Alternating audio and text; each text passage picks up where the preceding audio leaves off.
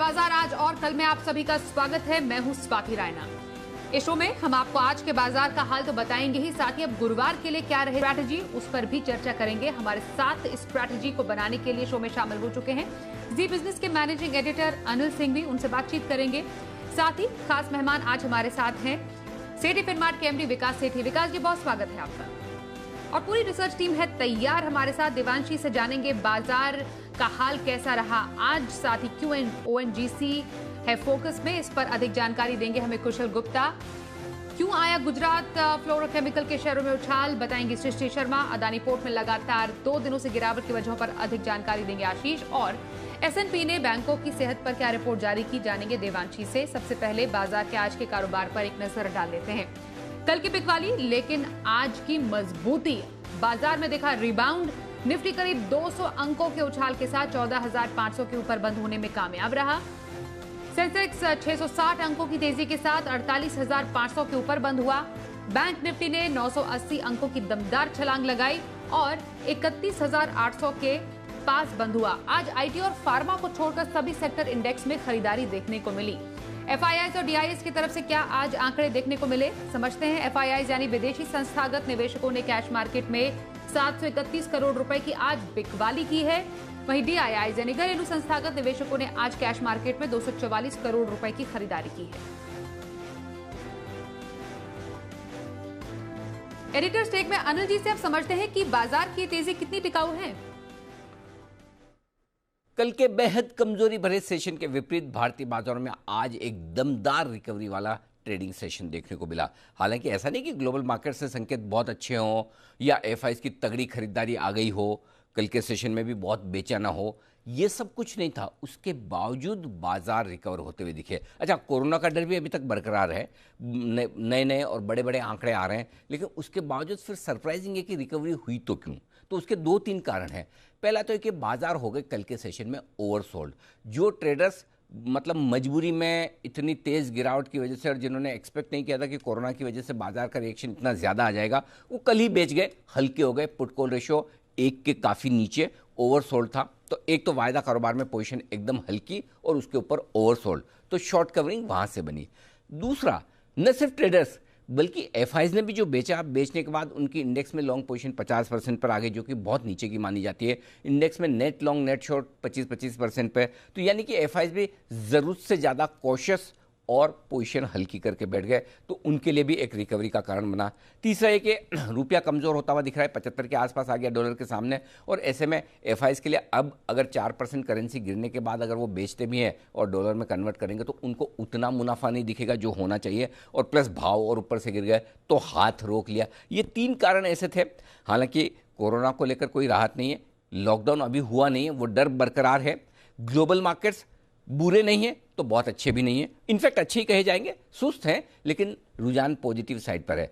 तो ऐसे में कल जो बाजार बंद है उसमें एक दिन की छुट्टी के पहले और परसों के एक्सपायरी के पहले जो तेजी आज बनी है वो काबिल तारीफ है। क्यों? क्योंकि बहुत गैप से नहीं खुले, धीमे धीमे पूरे दिन भर बढ़ते गए और दिन के हाईएस्ट पॉइंट पर 14,500 के ऊपर निफ्टी बंद होने में कामयाब रहा और बैंक निफ्टी भी 31,700 के ऊपर बंद हुआ। तो ये जो मजबूती है वो काफ़ी ज़बरदस्त शानदार कही जाएगी। तो एक बहुत ही बेहतरीन रिकवरी वाला रिलीफ राहत भरा ट्रेडिंग सेशन आज बाजार में। तो गुरुवार के लिए क्या स्ट्रैटेजी रहे बाजार पर, समझेंगे अनिल जी से थोड़ी देर में, लेकिन सेक्टर स्पेसिफिक जानकारी लेते हैं। हमारी सहयोगी देवांशी आशा से। देवांशी, जरा बताएं बाजार में जो आज मजबूती लौटी है, किन सेक्टर में थी मजबूती, कहां थी कमजोरी? जी बिल्कुल, आप देखिए कल की बड़ी गिरावट के बाद आज बाजार में शानदार रिकवरी आती हुई दिखी और आखिरी 1 घंटे में शानदार बाइंग देखने मिली है। स्पेशली आज आप देखिए जो बैंकिंग स्टॉक है, फाइनेंशियल्स है, वहां पे सबसे ज्यादा सहारा मिलता हुआ दिखा। आज निफ्टी बैंक 3% से भी ज्यादा बढ़ता हुआ दिखा। और निफ्टी के गेनर्स की बात करें तो आज M&M, बजाज ट्विंस, HDFC में आज सबसे ज्यादा तेजी देखने मिली और ये टॉप गेनर्स रहे। लूजर साइड पे हमने फार्मा और IT स्टॉक्स देखे हैं। डॉक्टर रेड्डी सबसे ज्यादा गिरावट या मुनाफा वसूली आज आती हुई दिखी। TCS, टेक महिंद्रा, विप्रो में भी आज गिरावट थी और टॉप लूजर्स थे निजी बैंक्स। आप देखिए यहाँ पे सबसे ज्यादा गेन्स थे HDFC bank, axis bank, ICICI federal bank में 7% तक की तेजी देखने मिली है। सरकारी बैंक में भी बैंक ऑफ महाराष्ट्र आज के दिन में 12% से ज्यादा की तेजी देखने मिली। IOB, बैंक ऑफ इंडिया में भी आज गेन्स थे। इसके अलावा इंश्योरेंस स्टॉक्स आज फोकस में रहे। ICICI प्रूडेंशियल, HDFC लाइफ जैसे स्टॉक्स से जहां पे अच्छे वॉल्यूम्स के साथ खरीदारी बनती हुई दिखी।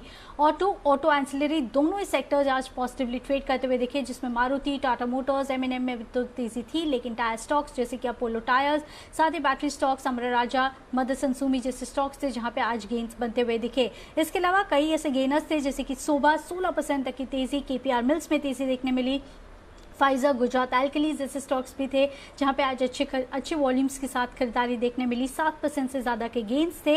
और आप देखिए आज के दिन जो लूजिंग साइड पे थे वो IT और फार्मा थे। कल जहां पे सबसे बड़ी तेजी होती हुई दिखी, इन दोनों सेक्टर में आज मुनाफा वसूली देखने मिली है। डॉक्टर रेड्डीज, डॉक्टर लाल, सिप्ला जैसे स्टॉक्स थे। इसके अलावा IT में इन्फोसिस नतीजों से पहले गिरावट, गोफोज, L&T, माइंडट्री में भी आज गिरावट देखने मिली।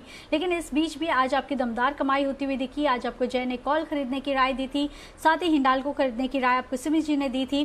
FTC खरीदारी की राय आरती सर्फिकेंस में भी आज आपको रिकमेंडेशन थी खरीदने की। तो दमदार कमाई होती हुई दिखी आपकी। लेकिन ब्रॉडर मार्केट्स में आज खरीदारी थी, केवल IT और फार्मा स्टॉक्स थे जहां पे ऊपरी लेवल से आज प्रेशर आया या मुनाफा वसूली आती हुई दिखी है। सीधे रुक करते हैं हमारे आज के एक्सपर्ट विकास सेठी का। विकास जी, आज के बाजार पर आपकी राय क्या रहे? अब स्ट्रैटेजी और गुरुवार के लिए इंट्राडे पिक और हफ्ते भर की खरीदारी कहां पर की जा सकती है? बिल्कुल स्वाति, कल घर में एक भारी गिरावट जिसके कारण थे मेनली जो कोरोना के कारण, जो कोरोना के बढ़ते हुए केसेस थे उसके कारण से, जो लॉकडाउन की आशंका थी तो उसके कारण से हमने देखा बाजार में एक बहुत ही भारी गिरावट थी, led by banks, NBFCs, metals, autos. और आज उसका विपरीत हो गया कि आज ये जो सेक्टर्स थे जो कल गिरे हुए थे, बैंक्स है, मेटल्स और आपके ऑटो सेक्टर्स और NBFCs, ये जो सेक्टर के स्टॉक्स कल जो बहुत पिटे हुए थे उनमें आज एक दमदार तेजी देखने को मिली। और जो कल के दोनों अच्छे सेक्टर थे IT और फार्मा, वहां पे थोड़ी बहुत प्रॉफिट बुकिंग हुई है। बट आज जब हम बात कर रहे हैं तो आज थोड़ी देर बाद यानी 8:30 बजे महाराष्ट्र के हमारे मुख्यमंत्री उद्धव जी ठाकरे का एक प्रेस स्टेटमेंट आना है, एड्रेस करेंगे स्टेट को। तो देखते हैं लॉकडाउन के लिए क्या डेवलपमेंट्स आते हैं। तो उसके ऊपर एक तो बाजार का थोड़ा थर्सडे को बाजार उस पर निर्भर रहेंगे। बाकी थर्सडे को एक्सपायरी है और जिस तरह की दमदार तेजी के साथ हम गए हैं, मुझे लगता है बाजार में ये तेजी कायम रहनी चाहिए थर्सडे को भी। कल हमारे यहाँ बंद है। बाकी जो थर्सडे के लिए मेरी जो इंट्राडे पिक रहेगी वो स्टॉक रहेगा इन्फोसिस का, जिसके कल नतीजे आने हैं। मुझे लगता है अनलाइक TCS, इन्फोसिस के नतीजे बाजार की एक्सपेक्टेशंस को बीट करेंगे। और दूसरा, इन्फोसिस में बायबैक का भी एक कल अनाउंसमेंट होना है और मेरा ये मानना है कि ये जो बायबैक रहेगा एक सब्सटेंशियल अमाउंट का बायबैक होगा और प्राइस भी मुझे लगता है 1600 से 1700 के लेवल्स के प्राइस आने चाहिए बायबैक के। तो उस लिहाज से मैं इस स्टॉक पे बुलिश हूँ और इस पे थर्सडे के लिए खरीदारी करने की सलाह है। मेरा इसमें टारगेट रहेगा थर्सडे को 1450 का, स्टॉप लॉस रखना है 1380 का। और जहां तक मेरी पोजिशनल पिक का सवाल है, मैंने कैश मार्केट का स्टॉक पिक किया है। एक दमदार कंपनी है केमिकल स्पेस से, सुदर्शन केमिकल्स। ये भारत की one of the leading pigments बनाने वाली कंपनी है जिसका 35% मार्केट शेयर है, 35%। इस कंपनी की इंटरनेशनल प्रेजेंस भी है, नॉर्थ अमेरिका में है, यूरोप में है, चाइना में है। बाकी पॉपुलर ब्रांड्स है, बहुत ही दमदार फंडामेंटल्स है, अच्छे रिटर्न रेशियोज है। और जिस तरह से चाइना +1 की स्ट्रेटेजी दुनिया भर में चल रही है, ये केमिकल कंपनीज आगे भी अच्छा करेंगी। अभी पिछले क्वार्टर्स तो अच्छे किए ही हैं। तो मुझे लगता है इस स्टॉक को पोजिशनल तौर पे बिल्कुल करंट लेवल्स पे खरीदना चाहिए। मेरे इसमें टारगेट रह गया पोजिशनली 600 रुपए के, स्टॉप लॉस रखना है 530 रुपए। तो थर्सडे के लिए इन्फोसिस पर इंट्राडे पिक लेकर आए हैं विकास सेठी जी और हफ्ते भर की खरीदारी सुदर्शन केमिकल्स में करने की सलाह उन्होंने दी है। विकास जी से बातचीत जारी रहेगी। फोकस जरा शिफ्ट करते हैं तेल गैस शेयरों की तरफ। उछाल अच्छा खासा देखने को मिला है, खासतौर पर ONGC और गेल में भी 4.5% तक की तेजी देखी गई है। क्या खास खबर है ONGC को लेकर, जरा बताइए कुशल।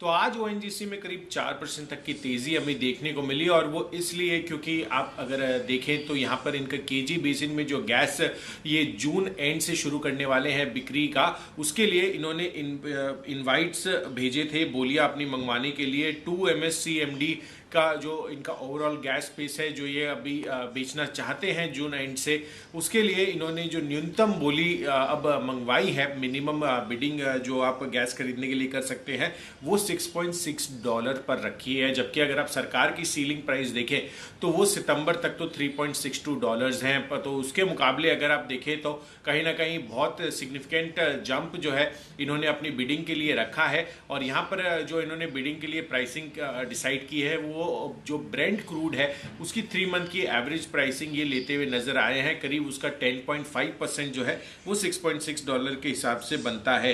यही नहीं, ONGC के सीनियर ऑफिशियल्स की माने तो 1 अक्टूबर से जो नेक्स्ट गैस प्राइस जब रिवीजन होगा तो वो ये मानकर चल रहे हैं कि जो गैस प्राइस की कीमत होगी वो 5.5 से $5.6 तो कम से कम रहेगी ही।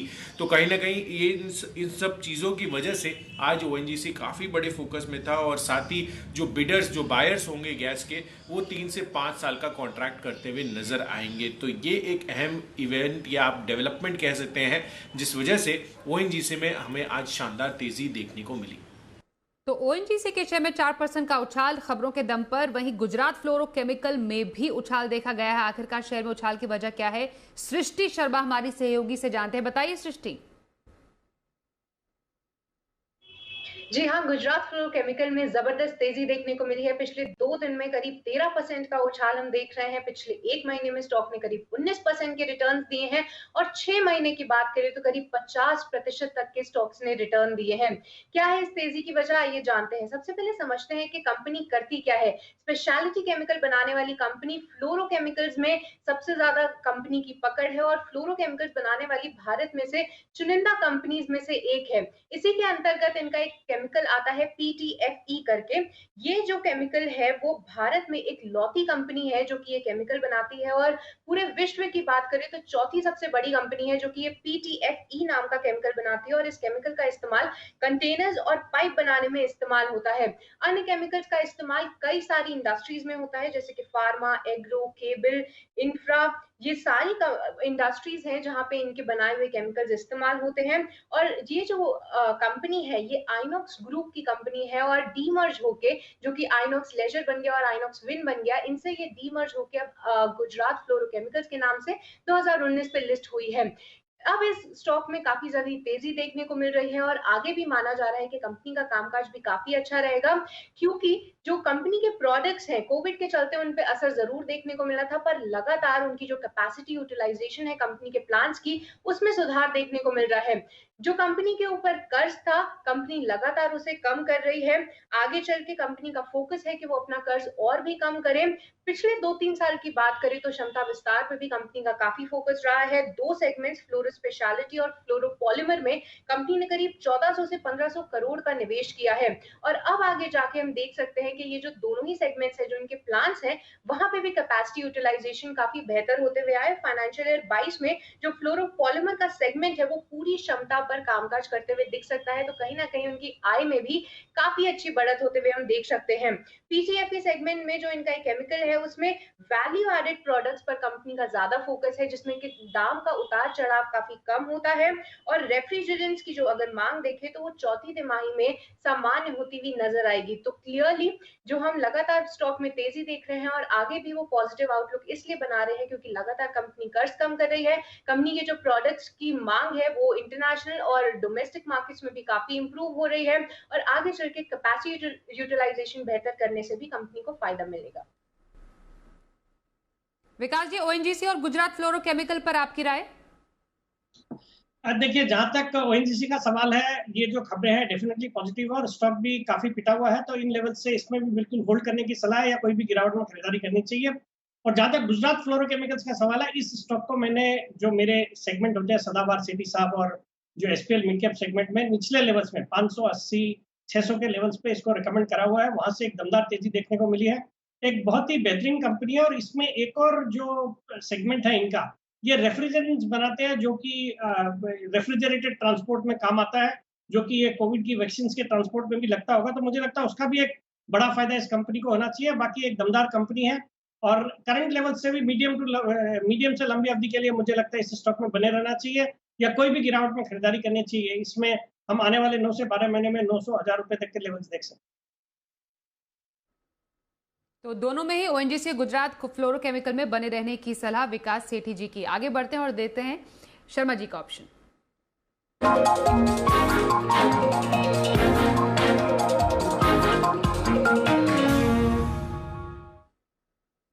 एचडीएफसी के बीके शर्मा जी, सर स्वागत है आपका शो में। ऑप्शन की स्ट्रैटेजी कहां पर रखी जाए अब?